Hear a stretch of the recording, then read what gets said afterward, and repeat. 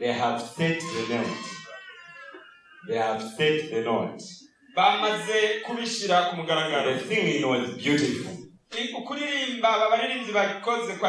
have enjoyed these songs throughout the week. I also want to be there. I want to be there. The song is saying there is a beautiful city prepared for us all. You don't need to miss it.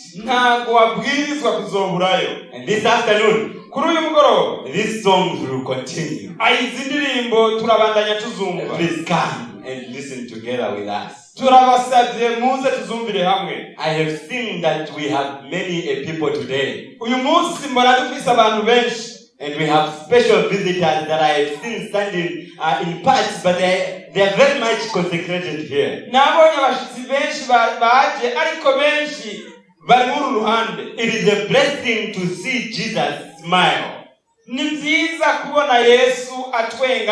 you're being here, I can assure you, Jesus is happy in heaven.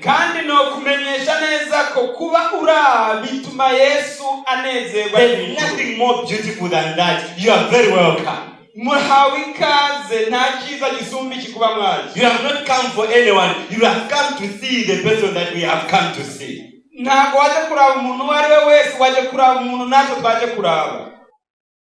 Nations are hungry. And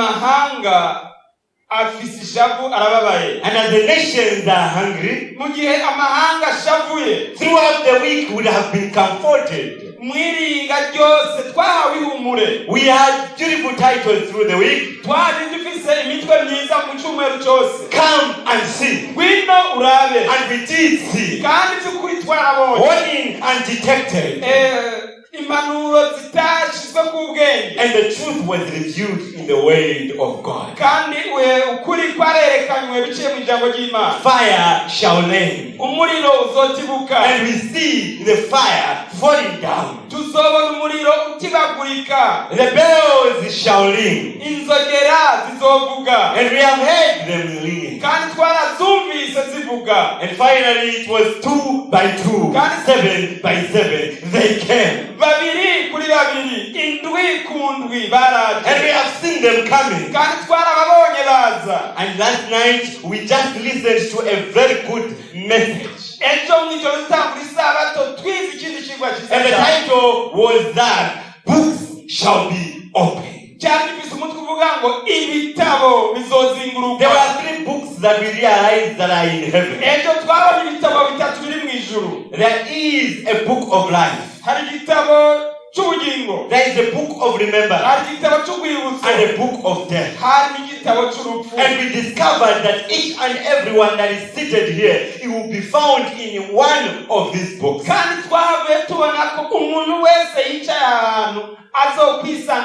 And these books will decide your doom or your salvation.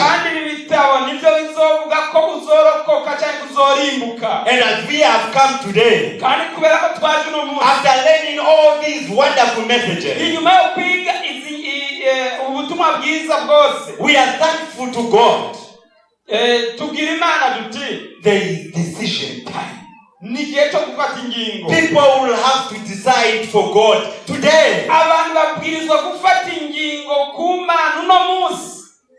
We are continuing to look at the wonderful stories from the Bible. As usual, we have been learning from the stories of our Savior. And he did many wonders as he walked upon the surface of this earth. One instance we are told he was moving with the disciples and the multitude began to follow him. Now the Savior had such magnets, though poor he was. When he walked, people began to follow him. They heard there is a Savior. They could listen to his words 3 days without feeling hungry. And so each path that he made to the hills, they were coming in number. And the Bible records that there were 5,000 men in number. And among them there were women also. Now I'm always attending to healthy matters, and the bigger number between the female and the male is that of the females. I want to believe if there were 5 men, there were more than 5,000 women here. And each woman had children, so even the number of children were high.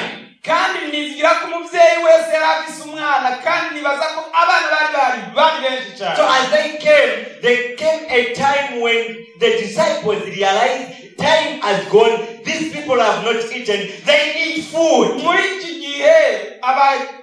As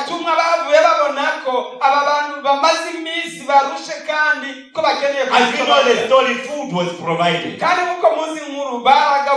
after they were done eating, the people began to cry. You need to be king in Israel. We need to invest you and put you a crown on the head. You have shown greater power than any king that has ever stood up in this earth. But Jesus does not lose focus of his mission. He left his heavenly kingdom for the sake of dying for you and me. He can't be tempted with an every king before he finishes his final mission. And the disciples were there trying to also pull the multitude to convince him.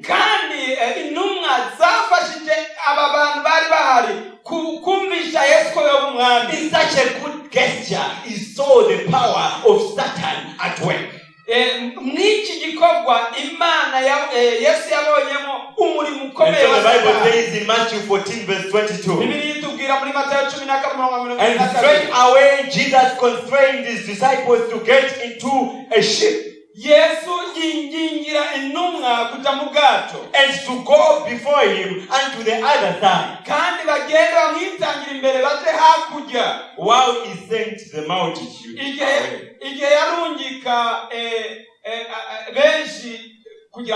So the disciples are on the boat. The multitudes have been sent. And when he had sent the multitudes away, the Bible says he went to the mountain to pray.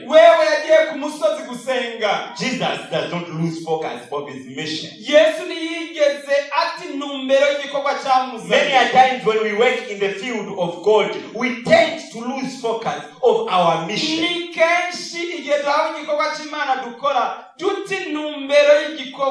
We need to follow the example of class to climb the mountain and pray that we be not tempted.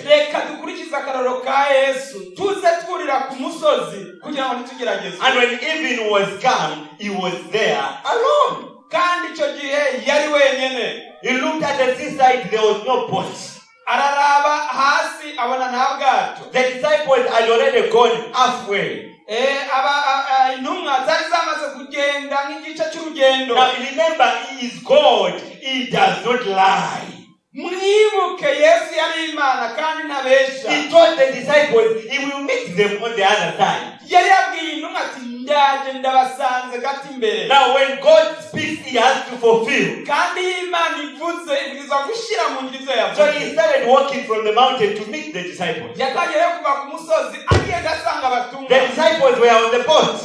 Intumwa zo zari mu bwato. And so he began to walk on the water. Atangira kugendagenda He began to walk on the water. atangira kugendagenda ku mazi. But the ship that was on the water, Ariko ubwato bwari mu mazi. the Bible says, but the ship was now in the midst of the sea, Bibiri tubwira ngo ubwato bwari hagati mu nyanja. tossed with waves, Kandi bwariko burahura n'ibibazo. for the wind was contrary. Umuyaga wari kugenda ushana nabo. Beloved, we have been called by the Savior to come and do service for him. Twahamagawe n'Imana ngo dukore igikorwa. We have been gathered from all corners of the earth and we call ourselves Christians. Turi hirya no hino mw'inosi kandi twitwa abakristo. We may not be Christians in that sense, but others are Muslims and others are Hindus, others are Buddhists, but they believe that there is a supernatural power. Uyu munsi tushobora kuba twizera turi abakristo twadutekanye, ariko hari abahindi, hari abisilamu nabo barizera ko hari iyindi mbaraga ihari. And in that ship of Christianity, there comes a storm.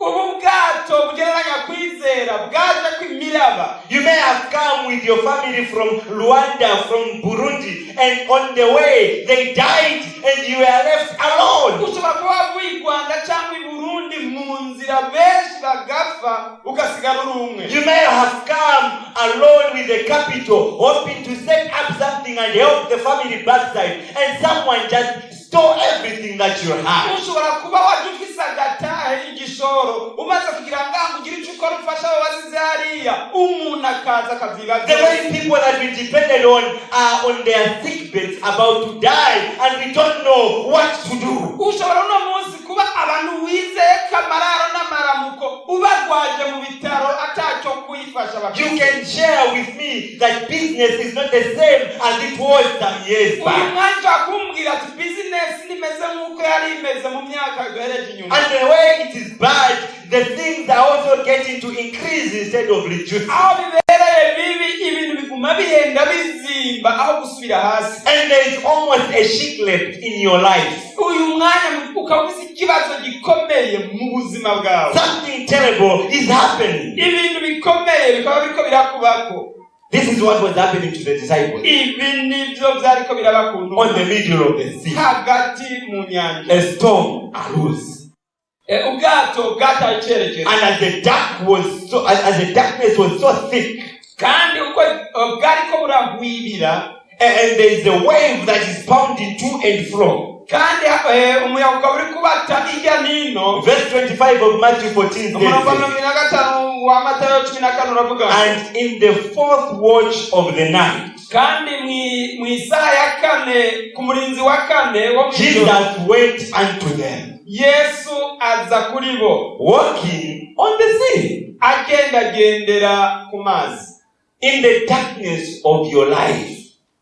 Mu mwijima w'ibibazo byo mu buzima. You know yourselves as we are seated here, in the darkness of your life. Muri izi uko muri mu buzima bwawe mu mwijima w'ibibazo byawe. Today, uyu munsi Jesus is walking unto you on the middle of a sea. Yesu ariko arakugendera hagati mu kiyaga. He is coming to you. Ariko araza kuri wowe. Watching. Be maso. When the disciples viewed from a distance, they saw someone walking on the sea. Igihe abatumwa babona umuntu ariko araza kuri bo, the Bible tells us that for a moment the disciples forgot the very word. Bibiri tubwira ko intumwa zibagiwe ya jambo. And when the disciples saw him walking on the sea, bamaze kumubona ariko agendagenda ku mazi, they were troubled, bagize ubwoba, saying, baravuga bati, it is a spirit. kijya ni shetani. and they cried in fear. bavuza induru baraboroga. Has Jesus become a spirit in your life? Mbega byageze igihe Yesu aboneka nk'igisigo mu buzima bwawe. Has his working become unusual to you that they look more demonic than Christian? Nta kugenda kwiwe ukabona amengo n'umudayimoni aho wobibonye nk'amengo n'umukristo. As he is calling you, is his call so sudden that it requires you to live part of your life? Araguhamagara kugira ngo ubeho ubuzima nk'ubwabayeho. Instead of seeing salvation, you see doom in the life of the Savior. Rimwe na rimwe aho kubona agakiza muri mwana wowe ukabona nk'aho mengo bikuzanira kurimbuka. The Savior is speaking. Yesu aravuga ati, as he was with the disciples, aho yari kumwe n'intumwa, he treated them arababwira ati, and he spoke unto them, arababwira ati, be of good cheer, muhumure. do not be troubled, do not be afraid. It is I, the Savior, that has been with you all your way.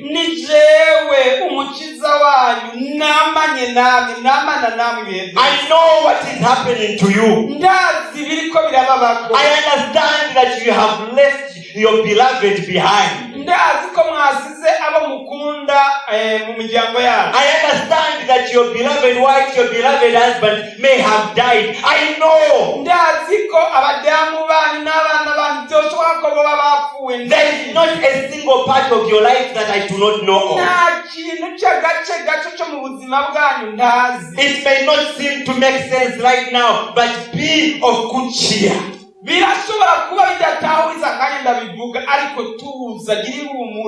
I know, like Peter, there are people here that are asking, Lord, he answered, if it be thou, bid me come unto thee on the water. And we have asked God we've given God certain challenges in life. We've given God certain challenges in life. If you are God, give me a husband, give me a wife. If you are God, can you sort my problem? I am sick and dying. If you are God, look at how things are difficult to me. If you are God. But look at how Jesus is so merciful and fair. He spoke to Peter and he said, come. Come. We know that our sermon title for today is The Word That Floats. The word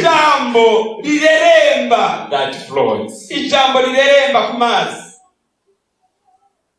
The book of Psalms chapter 33 verses 6 to 7 emphasizes on that title.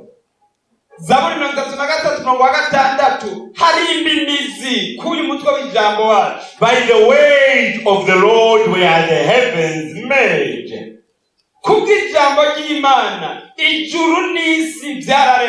And all the host of them by the breath of his mouth. He gathereth the waters of the sea together as an heap. He lays up the dead in the storehouse. He lays up the dead in the storehouses.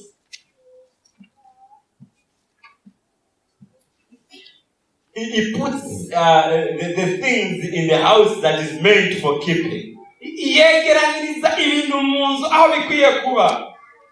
Let all the earth fear the Lord. Let all the inhabitants of the world stand in awe because of him.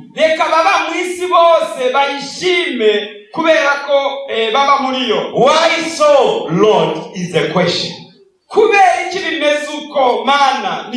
Verse 9, the opening chapter that we read.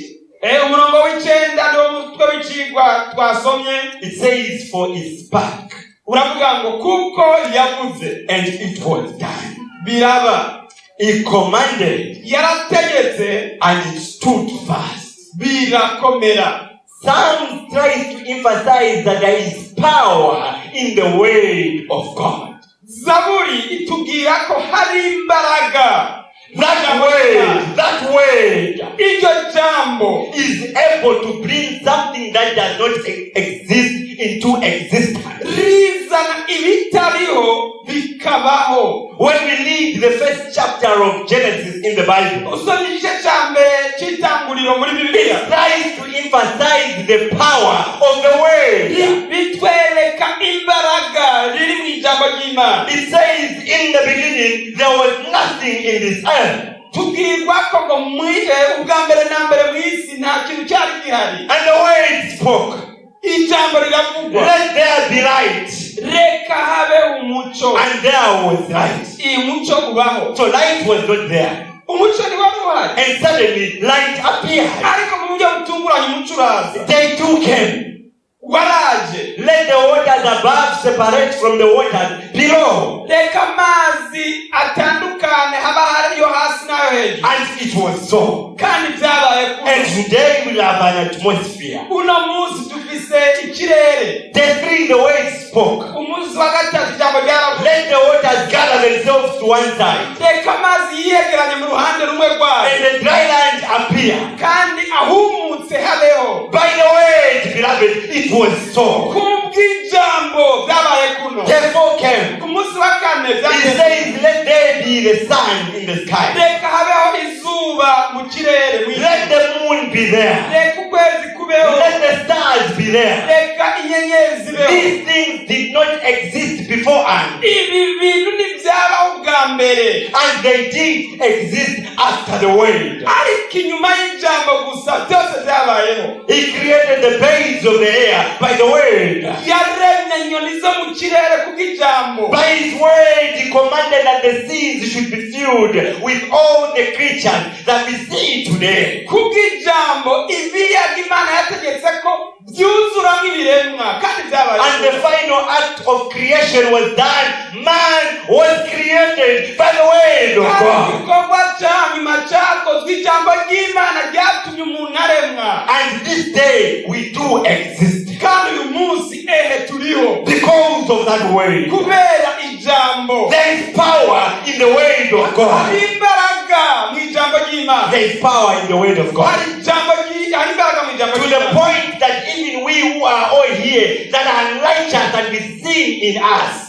kugeza ku rwego ko natwe turi ngaha dushobora kubibona. The Bible says all men have sinned. There is none that is righteous. Bibiliya itubwira ko twese turi abanyabyaha nta mugororotsi. There is none that is righteous. nta n'umwe agororoka. But he says, I will make what is not in you to appear. ariko Imana yadusezeraniye ko ibyo tutabona izobidukorera. And by his word he is capable of making you righteous. You who is unrighteous. kubw'ijambo ryayo Imana ishobora kugira intungane wewe utari intungane. Don't doubt it. Don't doubt it. He is capable of doing it because there is power in his word. yatugekeranya kubera ko mu mbaraga mu ijambo ry'Imana harimo imbaraga. Imana ishoboye kubikora. And as we are reading the word, open your heart and let it begin to uproot every evil thought.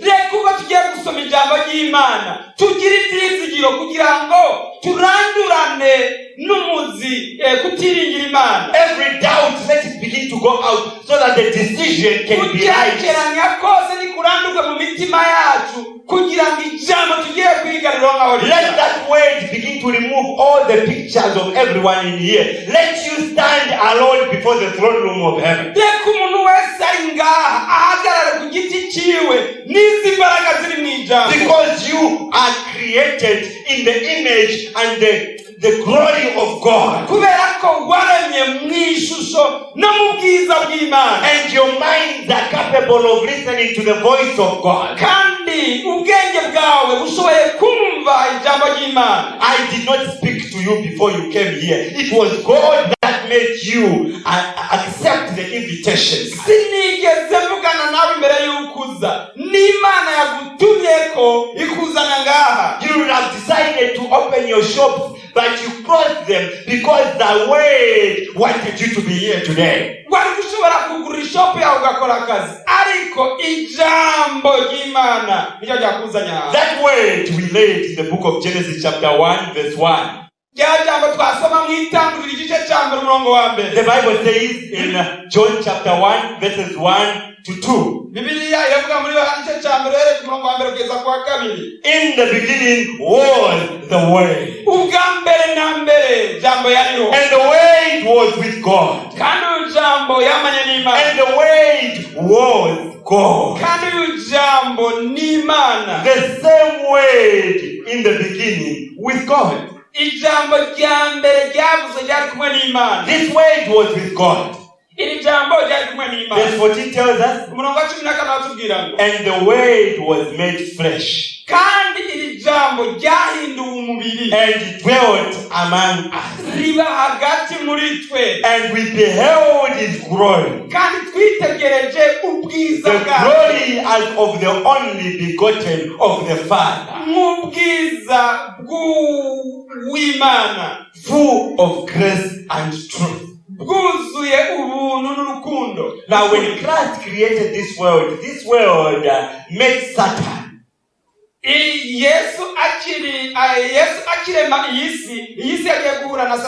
And the world was almost destroyed and distorted by the influence of the devil.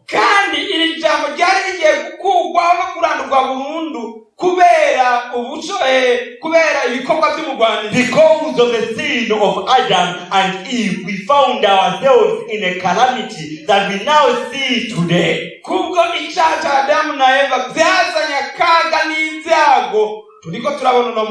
we have made it more worse because of our sins that we have piled one after the other. But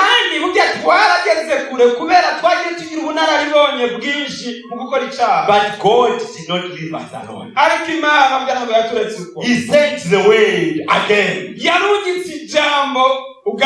In flesh, we are told, the word came down here and walked among us. And felt what we feel today. He was born in a manger, not in a hospital. Upon his birth, there was a death decree for him. He fled as a refugee to Egypt. And he stayed in Egypt until Herod was dead. When he came back, he was fearing. He went in a city of Nazareth, in a countryside filled with mountains.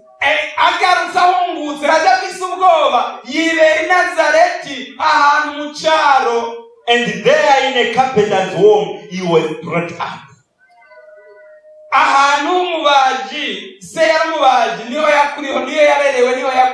Until the time when he began his ministry. Such is the life of the world. But in his life as the way he performed miracles that proved that he was the creator.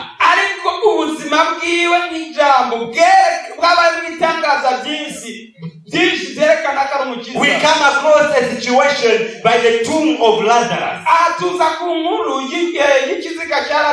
Lazarus is dead for 3 days. And the 4th day he is standing at the tomb of Lazarus. And he spoke the word. Specifically, Lazarus, come forth. And we witnessed the power of the word. Lazarus came walking from the grave.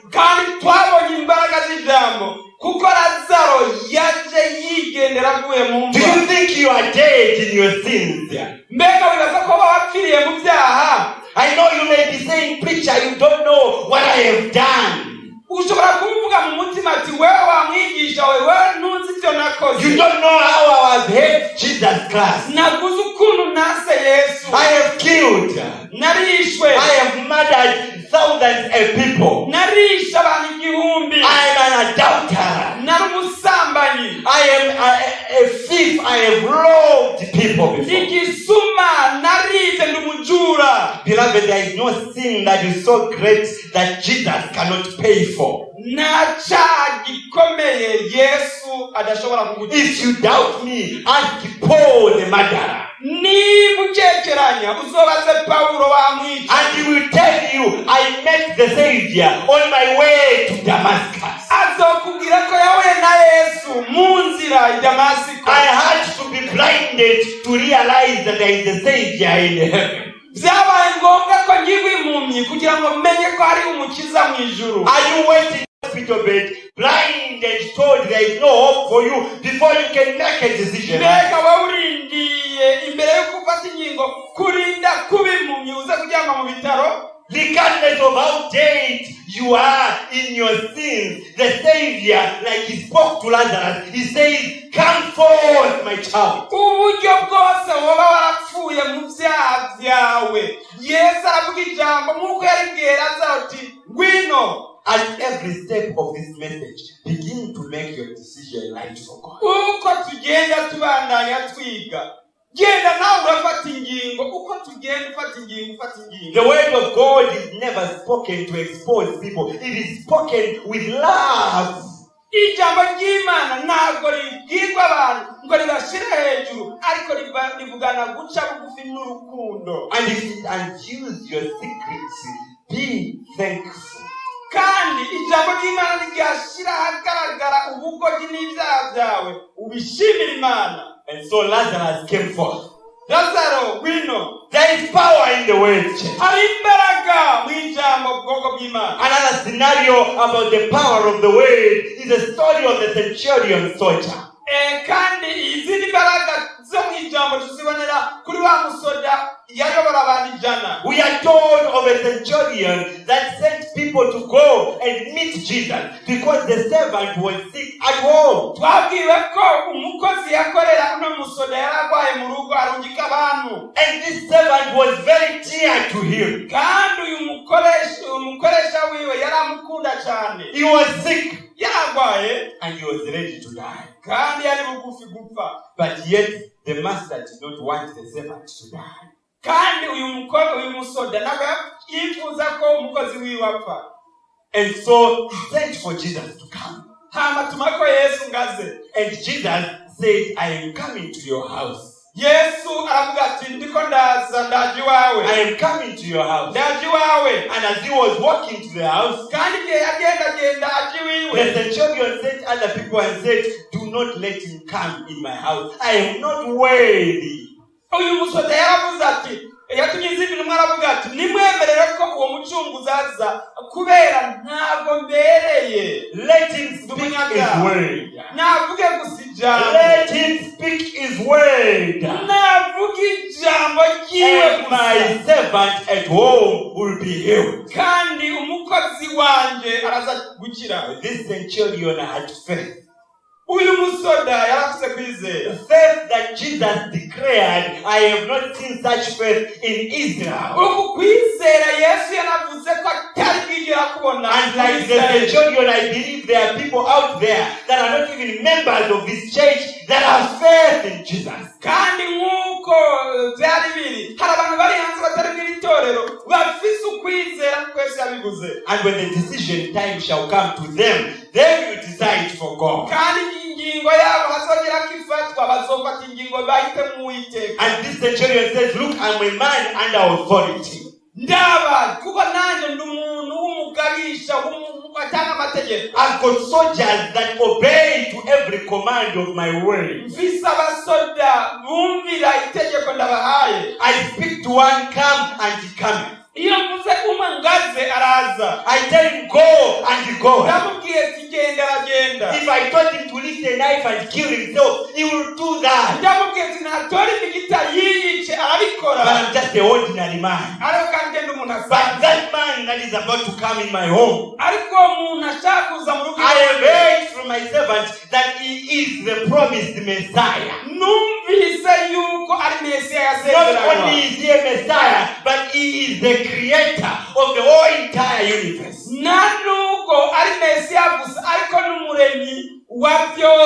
So when the centurion spoke to Jesus, he did not speak to him as the carpenter's son. He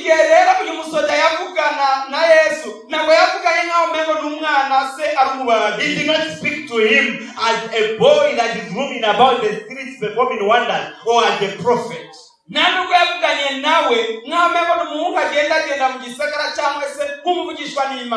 spoke to him as the creator. Let him speak a word. Let him prove himself to be the God that my servant believes in. The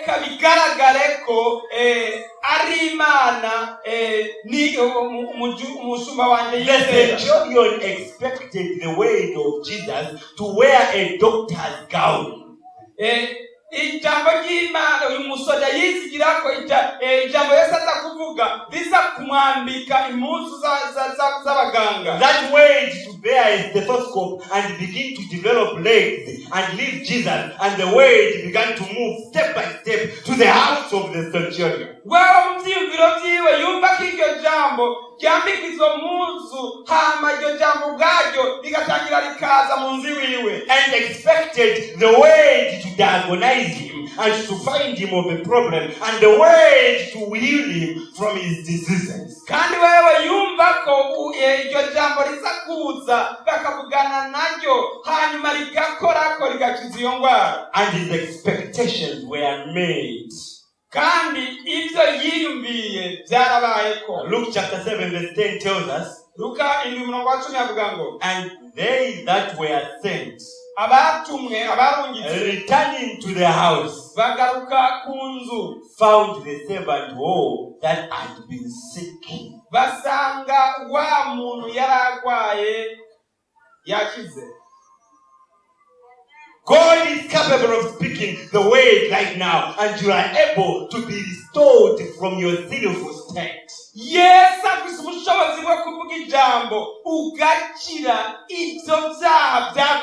God is capable of speaking the word, and it is possible for you to move away from your distress and be comforted in this dying world. Yes,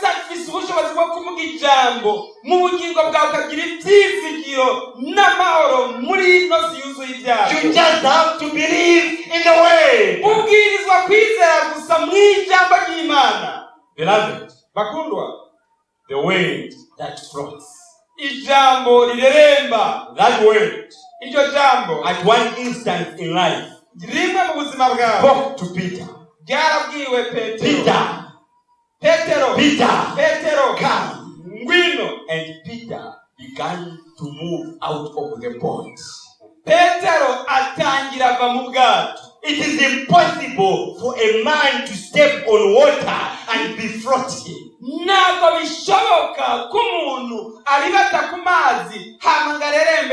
I have stepped in water several times because I love to swim. And at no instance has my legs made a mistake to try to fail to go inside the water. At no instance have I dived and feared that my head will break on the water.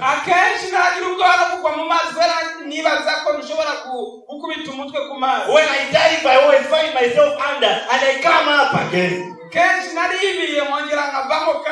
But Peter stepped on the water.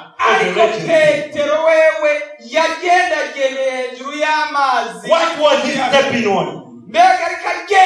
He was stepping on the word that flows. Every step that Peter was stepping on was calm.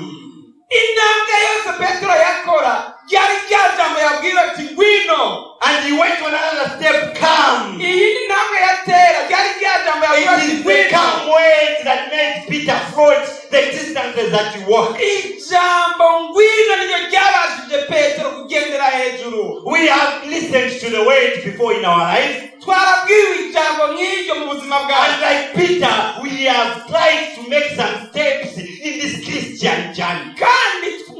Petero yabikoze natwe twarateye intambwe twisubiza iryo jambo mu buzima rukristo. But as we get on the middle of the water, ariko ubwo tugera hagati mu mazi, when we look at the storm around us, things begin to threaten us and we stand shivering. dutangiye kwitegereza umukuba n'inkubi y'amazi cyo kuri twebwe tugatangira kujuguruka. And even before we reach the Savior, we begin to sink down. imbere yuko dushikira na Yesu Kristo tugatangira kwibira. What has happened on your journey, beloved? mbega byabagendeye gute mu rugendo? You were raised in a house that feared God, but suddenly in life things changed. You have gone back in your old ways. wakuriye mu rugo bubaha Imana ariko bitunguranye waravuye mu byize gutangira kugendera. Your very names end with manna. It has got a reflection of God. amazina yanyu benshi muraherezwa n'ijambo Imana yerekana Imana mu bugingo bwanyu. What has happened in your life nibiki byababaye that you have begun to think? byatumye mutangira kwibira. That the topics of heaven do not interest you anymore. What has happened? nibiki byababaye ko mutakinezezwa n'ibintu by'Imana. You may be a church member and you have backslidden. You are no longer coming to church. What happened? ukaba wari umwizera w'itorero ukaba wasubiye inyuma. mbega nibiki byababayeho? You were having family worships with your family and your children, but you no longer have that time. What happened to you? waba usengera hamwe n'umuryango warabiheze. mbega nibiki byababayeho? What hard thing has transpired in your life that has made you forget the way that told you to come? nibiki byatumye mwibagirwa ijambo ribabwira ngo ngwino? Even amidst the sinkingness, hagati mu kwibira, before your head lowers down to the sea, imbere y'uko umutwe umigwa mu before kiyaga, you begin to drown, imbere y'uko utangira gusoma like Peter, nka Petero, speak up, Master, vuga ati mwami, Master, mwami. not teacher, ntuvuge ati mwigisha, not teacher, ntuvuge ati mwigisha, Master. ariko mwami. You are capable of commanding the ocean. ufise imbaraga zo gutegeka inyanja. Save me. unyize, Save me. nyiza. I've been thinking ndiko ndibira in my problems.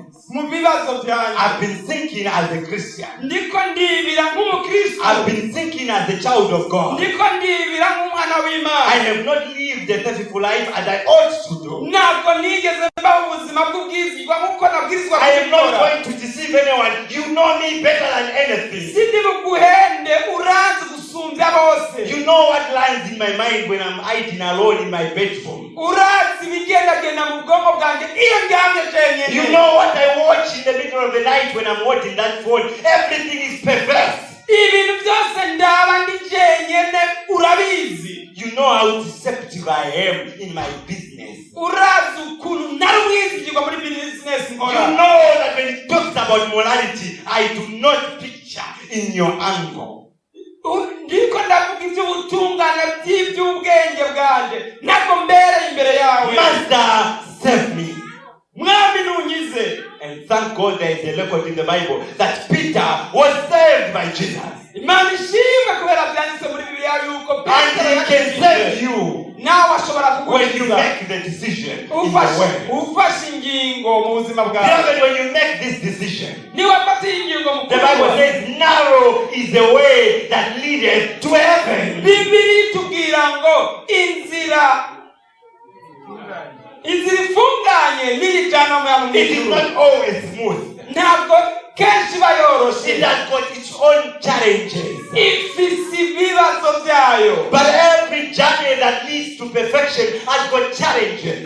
inzira yose ishikana ku butungane iba ifise ibibazo. Even the world understands that fact. kandi ibyo n'isi irabitahura. Even Satan understands that fact. kandi na Satani zirabitahura. To get to their goal, they kill so many people and are persecuted in so many ways to just have riches. imbere y'uko bashika ku ntumbero y'ikintu cyiza abenshi barapfa kugira ngo bashikire ikintu cyiza. What is going to limit you as a child of God? mbega niki kizokubuza nawe nk'umwana With the weight of assurance, dufise ijambo ryo kwizerwa. though it is narrow, nubwo inzira ifunganye like Peter, nka Petero he will save us and he tuzokizwa shall speak speak to us. Come. Beloved, the Savior is about to break through the eastern skies.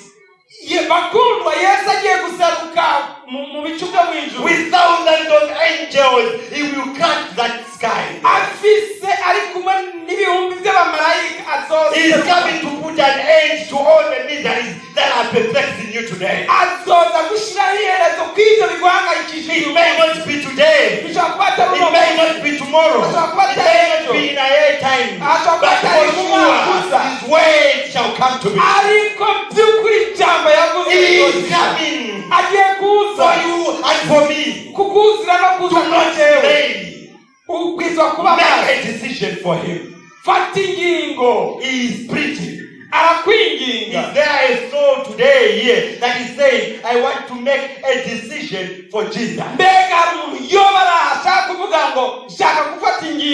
want to make a decision for Jesus today.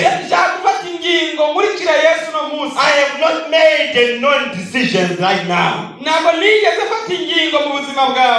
church has printed out this decision card. It is just making a decision that from today onwards, I want to begin to move the narrow way.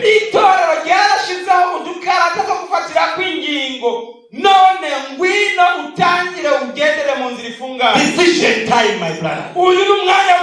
Decision time, my sister. This is the time that has been given to us. While the Lord speaketh, harden not your heart. Is there someone here that is saying, I'm making a decision for Jesus? Stand up, please. We are about to present you before the throne room of heaven. You don't want to miss such opportunity. Make a decision for Jesus now.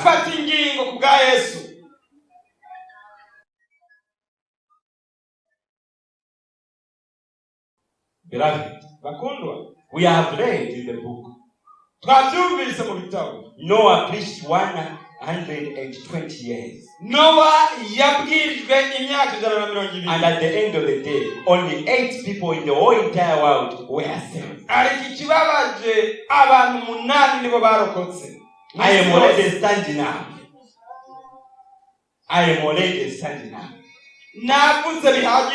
have made the decision for God. Do not look at the multitude around you. Make a decision. Visitors, I know it is your first day. If you are making a decision, do not mind these people. Stand up.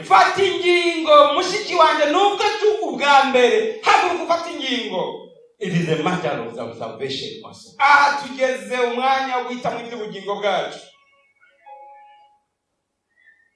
We praise God for that.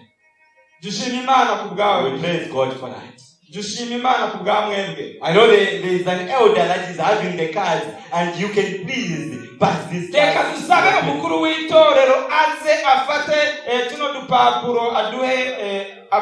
Listen to the calm voice of Jesus today. You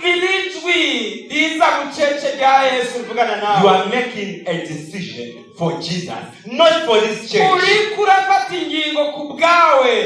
It is for Jesus.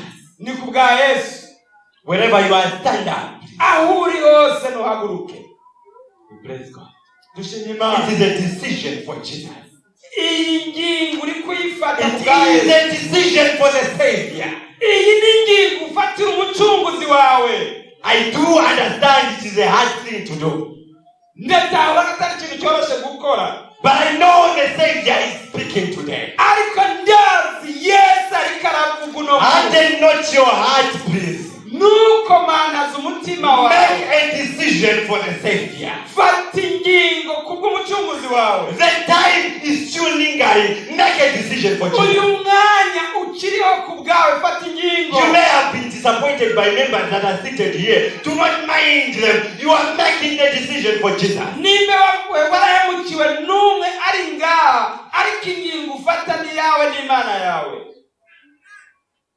We praise God, man. 7 days. Noah stayed in the ark. 7 days Noah stayed in the ark. There was no rain. There was no rain. But suddenly, ariko mu the buryo 8th day, umunsi wa the rain came. umunsi umunani imvura yaraguye. Before the door is shut, stand up for Jesus. Imbere y'uko imyango yugagwa, fata ingingo kuganira. He is interested in your soul. Imana yitwararitse ubugingo bwawe. I will not get tired to call because Jesus never got tired for you. Nta nubwo Yesu aruha guhamagara, He has never gotten tired for you. ntabwo yigeze aruha kuguhamagara. My life was in a mess. I was a sinner, a terrible one. Jewe ubwanjye nari umunyabyaha akomeye.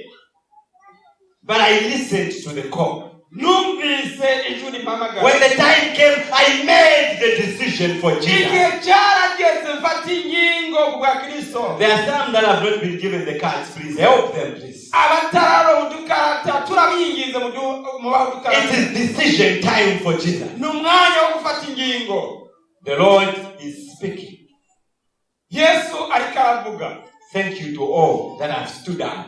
Turabashimiye kuba maze guhaguruka. The door is still open. Even at a later time, you can still stand up. I believe Nicodemus stood up in the middle of the night. Nubwo wowe wakererewe umwanya uri cyariho, haguruka nawe ukuru Nikodemo. In the middle of the night, Nicodemus came searching without his eyes looking very well. He found the Savior. Mwijoro hatabona Nikodemo yafata ingingo yo kurondera Yesu. And the Savior is capable of listening to you. Kandi Yesu yiteguye kukumviriza. I know the elders have told me that this coming Sabbath is the baptism. Nabwiwe n'abakuru b'itorero yuko isabato ikurikira hari umubatizo. There are others that we are not baptized the last session, is it so? Hariho bamwe batarabatizwa. And I'm told to remind you that you should prepare your heart because baptism is coming. Nabwiwe ko mubwirizwa kwitegura kubera ko umubatizo uri bugufi. Those that have made decision and are saying, I still need to learn more, please come back in the afternoon. We have got question time. Abantu bakifuza kwiga batarasobanukirwa, muze nimugoroba dufise umwanya wo kubaza ibibazo. Whatever is running in your mind, come in the afternoon. I will not answer you, but Jesus is going to answer you. Ibikugoye mu mutwe byose ngwino bibaza sije na kwishura, ariko Yesu arakwishura. Because there is a sure way of prophecy. Kubera ko hariho ijambo ry'ukuri ryo kwizigirwa muri mwe mu buhanuzi. What do we say, beloved? Twovuga ko kibakundwa. And among those that want to get baptized, if you are having a card, you can put their baptism. It will be noticed by the elders. Mwebwe mwafashe dukarata nibera mwifuza kubatizwa muvyandikeko ababimenya gusa n'abakuru b'itorero. I believe the Savior has seen you and your faithfulness, and your names are chronicled in the books of heaven. Ndizigira neza ko Imana yababonye kandi yabitegereje, kandi ko amazina yanyu yamaze kwandikwa mu bitabo byo mu ijuru. I'm sure the book of remembrance has got your name this very hour. Ndizigira nacekeranya yuko ibitabo by'urwibutso byamaze kwakira izina ryawe. And the book of life is having your name. Kandi igitabo cy'ubugingo ni izina ryawe ryageze. And God is faithful. He will wipe out everything from the book of death, and there remains no record for the person that makes a decision for Jesus. Kandi Imana yacu n'umwizigirwa iyo izohanagura amazina yacu mu gitabo cy'urupfu ku buryo atazokwibuka ukundi kukiharira harira. Aside from this, ku ruhande y'ibi, is there a father, a mother that is saying, I want to stand up to Jesus